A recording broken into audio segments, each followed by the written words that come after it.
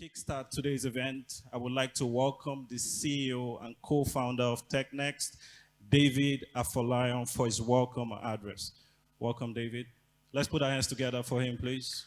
A young man doing great things in the tech sector.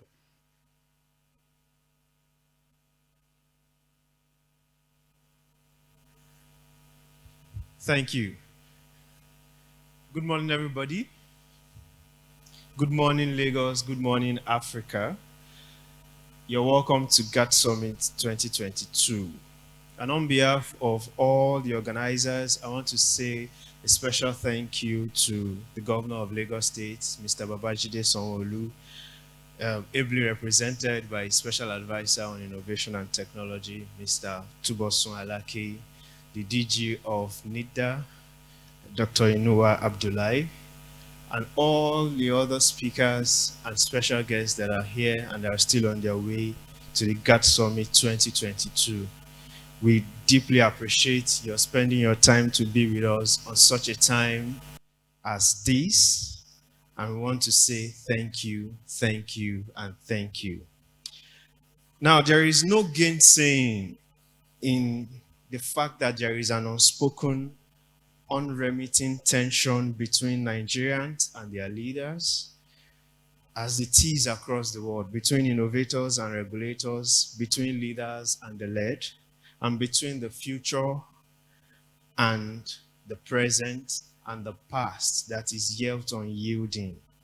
Indeed, leaders are concerned about maintaining order and protecting institutions. That is what we voted them in to do. And that is what they've always done up to this point. But there is now a young generation of innovators that are interested in forward-thinking ideas, forward-thinking systems that will guarantee transformational experiences and make sure that there is prosperity for everybody. And herein lies the tension. We cannot move forward by remaining where we have always been. So there is a tension between the now generation and the generation of the past. At such times as these, what do we usually do? The young generation stays where it is most comfortable, and each side keep their turfs. They speak the language they understand, they use the platform that they are used to, and they speak the tones that is convenient for their generations.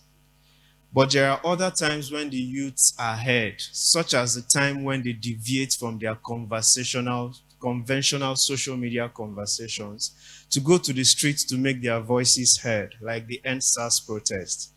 But at such times, leaders have also responded with the tools that they are conventionally used to, such as more violence, regulations, and promises that might never come to fruition. But we need to remember that the youths are not our enemies, and the leaders are not our enemies. Perhaps there is a need for us to talk. Perhaps there is a need for us to sit across the table and talk to each other instead of talking about each other. And that is the reason why we are here. And we are here for two important reasons. One, there is a need for us to communicate. As John Joseph Powell said, honest, open communication is the only street that leads us to the real world. We then began to grow as never before. And once we are on this road, happiness cannot be far away. We can protest and we can fight and we can restrict as much as we like. But our nation, our continent cannot move in that direction if we do not tell each other what needs to be said and listen to each other. The second reason why we need to speak to each other is that many of our leaders today were agitators some years ago. Some of them fought against the military regime. Some of them protested during June 12th. And what we have seen across the years is that great agitators do not necessarily become great leaders. So those of us that are agitating today, we are going to be leaders in a very short time. The question is, are we conversant with the challenges that these leaders face? How are we going to quickly step into their shoes if we do not know what they are fighting against? As Friedrich Nietzsche would say, he who fights with monster must take care, lest he therefore becomes a monster himself.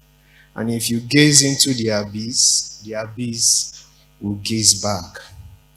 Besides, there is a real need for us to exchange backtones and to begin to talk about a smooth transition that needs to happen between those who are presently in control and those who aspire to be in control tomorrow. We do not need to get to the office to realize that the way things actually are. One of the key ingredients for preparation is knowing what the leaders often know but cannot share with us. And that's the reason why we are speaking today.